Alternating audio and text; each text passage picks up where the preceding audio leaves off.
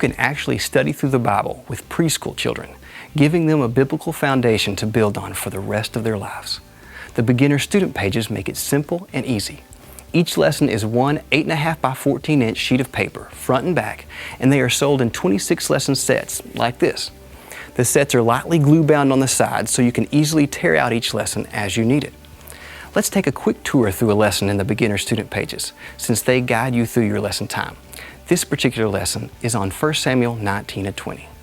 You begin your lesson by learning and/or reviewing part of the beginner timeline. The beginner timeline is an optional but very helpful learning tool that teaches kids a basic fact about the major people and events in the Bible. Next, you do a memory work activity. Over the course of the program, your students will memorize key Bible verses as well as the books of the Bible and other important lists.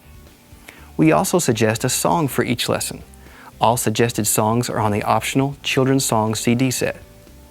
Next, you have a series of review questions to ask the kids out loud, helping them remember what they learned recently as well as important facts they learned in the distant past.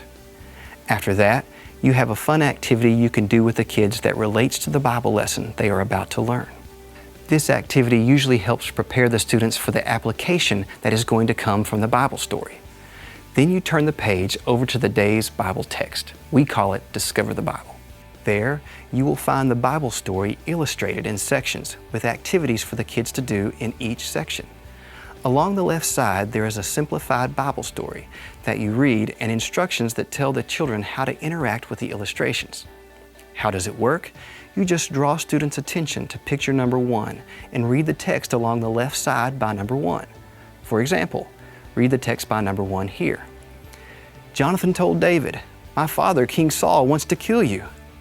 Jonathan told David to go and hide. Color the arrow green.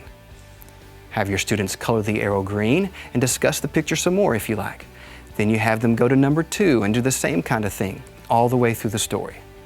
When you finish the Bible story, it is time for students to apply it to their own lives. You flip the student page back over and go to Apply It. There, you will give the students a brief modern situation that they can relate to. That situation is illustrated on the large picture to the left. They will relate that modern child situation to the Bible lesson you just studied, and then they will relate the Bible lesson to themselves.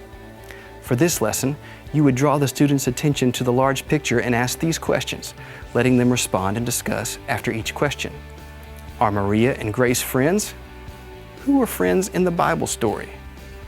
Did Jonathan and David love one another? How can you be a good friend?